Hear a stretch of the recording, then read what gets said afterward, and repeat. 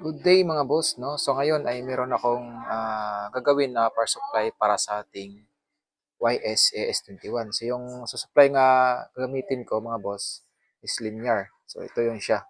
So gagamitan ko siya ng toroidal transformer. So ito mga boss, yung toroidal ko is 502 to. So since yung 502 natin, yung voltahe niya is 31031 kasi nga yung gagamitin ko dito sa AS21 is linear. So, kailangan ko ng mas mababa sa 31. So, yung ginawa ko mga boss, binawasan ko siya ng coil. So, ito yung tinanggal ko. So, since na yung original voltage niya is 31, so ginawa ko na lang siyang 26.5.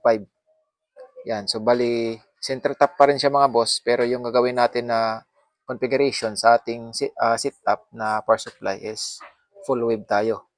So, dalawang diode, dito ilalagay natin. Tapos, ito yung kanyang ground. So, yung capacitor na gagamitin natin is depende na lang. So, yung sa akin siguro, mga dalawang capacitor, no? Yan. So, try natin mga boss. Kasi yung supply ko, 24 volts lang siya ito. So, mahina. So, nakukulangan ako sa kanyang performance. Kaya gagawin ko siya ng linear. Since yung ating AS21 naman mga boss, naka ano naman siya, 18 to 38 volts. So, kayang-kaya pa niya mag-handle ng 38 volts DC. So, ita-times natin yun. 26.5 times 1.414 nasa ano, sa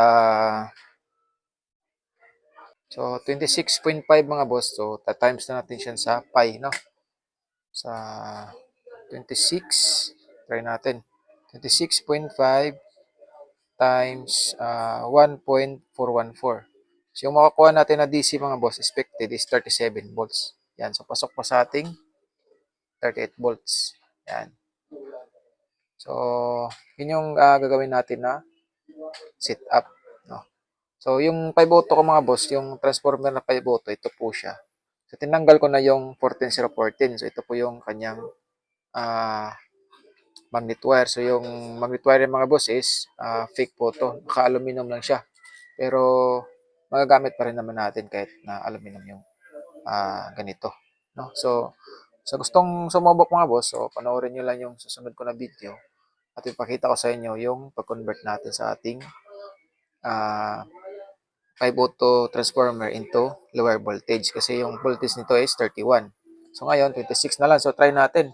So ipa-plug ko tong aking transformer tapos testeran natin dyan.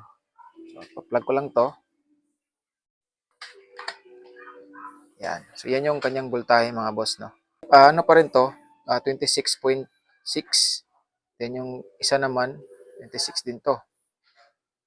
Yan. So same lang siya ng voltage, no. So pwede pa natin yung pababain, gawin natin 25. Yan. So bigyan ko lang kayo ng idea mga boss, no. Kung kailangan niyo talagang linear power supply yung gamitin niyo, is pwede naman siya gamit kayo ng transformer.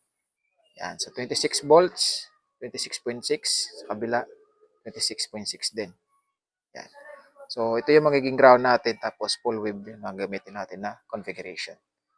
Yan mga boss, no? So, abangan nyo lang yung ating susunod na video kasi papatugtugin natin yung ating AS21 gamit yung linear power supply.